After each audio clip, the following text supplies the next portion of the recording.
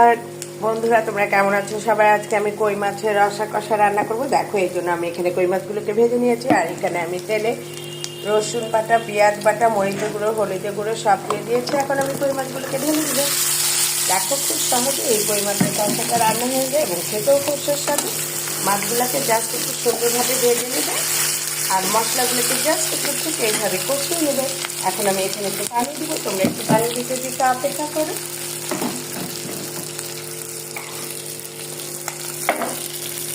দেখো কত সুন্দরভাবে কষা হচ্ছে। আমি জাস্ট এখানে আমার আন্দাজ মতো একটু পানি দিয়ে দেবো।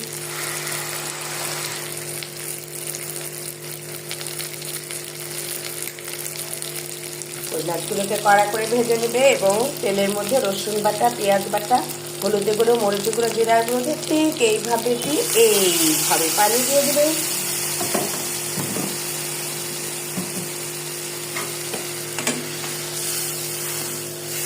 পানিটা যখন একটু গায়ে গায়ে মেখে আসবে, মাছটাও সিদ্ধ হয়ে আসবে, হয়ে গেল আমাদের রুই মাছের কষা।